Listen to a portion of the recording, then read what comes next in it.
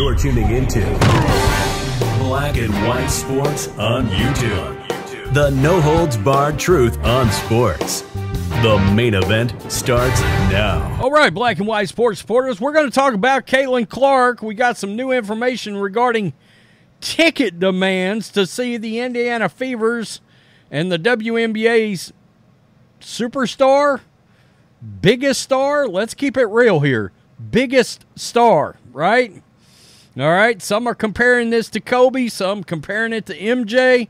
I understand she hadn't played in the league yet, but at least the popularity and the interest around it is on a massive scale, unlike anything this league has ever seen. Of course, the league has been propped up by the National Basketball Association, but some of these ticket sale numbers are absolutely baffling. I mean, it is unbelievable.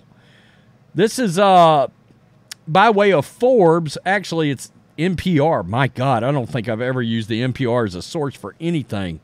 Ugh, I feel dirty. Okay, the Indiana Fever accounts for all of the WNBA's top 10 most expensive regular season games this year, according to data from ticket site Game Time, as reported by Forbes. It says the most expensive WNBA game for the secondary market is Indiana's July 14 game against the Minnesota Lynx, with a median ticket price of $615.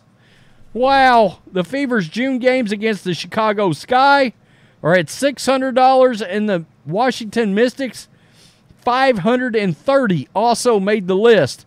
Now listen to this, folks. This is nuts. Tickets to the Fever's first preseason game. So it'll be her debut, but it's a game that technically doesn't even count. It's an exhibition against the Dallas Wings in Arlington, Texas, range from $110 to $1,100. Wow. CEO Greg Bick told WFAA the Wings scheduled to get that game well before the draft, anticipating Clark would enter and be picked first. Well, that's smart. Now, let's just look at a little deeper at this. Look at this. She has actually affected even the games that she's not even playing in. Their ticket sales for the Dallas Wings are up 1,170%. The Caitlin Clark effect is real. It's helping the Dallas Wings grow women's basketball's audience tenfold ahead of her WNBA debut on May 3rd, when the Wings court in Arlington will be the backdrop. Tickets went on sale for Wings season on Thursday, and as expected, there was a big run on them for their preseason game against the Indiana Fever, which selected Clark first overall in the draft. Prices of those tickets soared, some from $700 to $1,100. The lowest hovered around $110. Quote, we've seen incremental gains in business growth ever since 2020. What's happened in the NCAA has been an accelerant to that growth.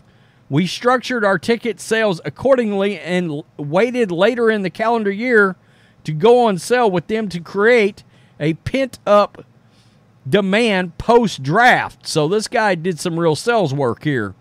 Bibb also said the franchise decided to put tickets up for sale after the draft to capitalize on the hype. It worked. Individual ticket sales are up 1,170% year-to-date per Bibb.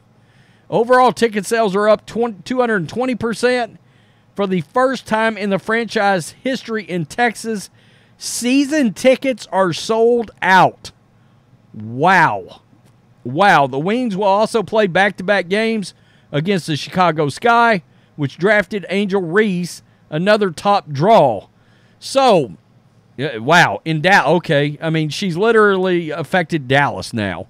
So, back to Chicago. The other day I mentioned that people were wanting this Chicago Sky game to be moved from the Wintrust Arena to the United Center. Okay, well, now they want it so much they've started a petition. They've started a petition to have a game moved from one facility to another. 729 people have signed it. So it's up. I mean, when this article was written, and it was started on April 6th, it had 370 signatures. So here we are with 729.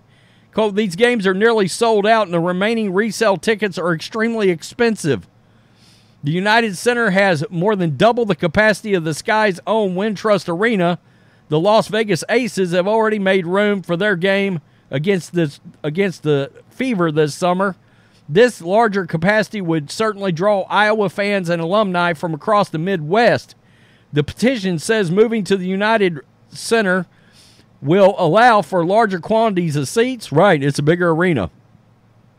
And of course we know the Aces filled up their 12,000 seat and have to move to T-Mobile Arena, which has got 8,000 more. Now, what's funny about that is I've been hearing about how popular Aja Wilson is. Well, they didn't move that for her.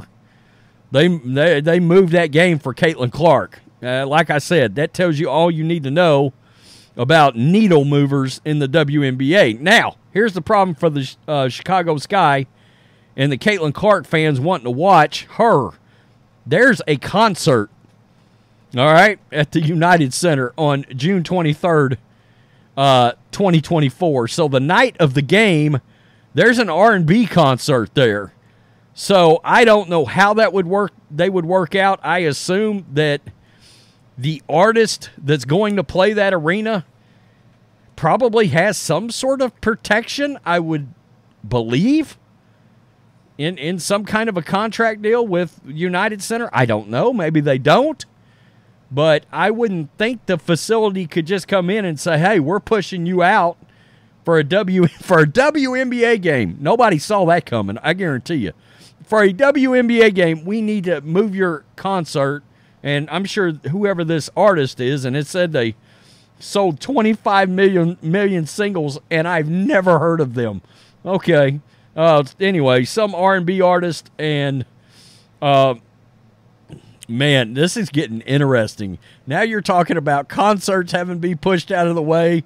You got the Dallas Wings that their entire season, the sales are up 220% because of Caitlin Clark playing just a few games. That's nuts. I mean, nobody, man, I was going to say nobody saw it coming, but yeah, we did. We did. Look, I mean, look at the ratings for those games in college. It was like, holy crap, something is coming to the league, and this is the first, I can't remember, I don't care about any of previous supposed superstars of the WNBA. All right, I couldn't give a rip less.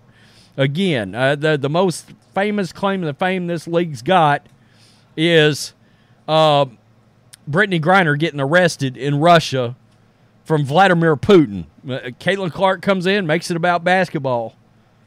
I mean, in a league full of activists, fans are saying she cares about basketball. She's entertaining. She can ball out. She's resonated with America in a way that nobody thought anybody would give a tinker's F about a WNBA game. Wow, it's pretty unbelievable. It really is. So tell me what you think. Black and White Sports 2 supporters. Oh, the channel is relaunched around Bubba Wallace and Caitlin Clark. Don't worry, guys. I'm still going to cover the NFL. I promise. Peace. I'm out. Till next time. Thanks for watching the show. Be sure to like, comment, and subscribe. Be sure to tune in next time on Black and White Sports.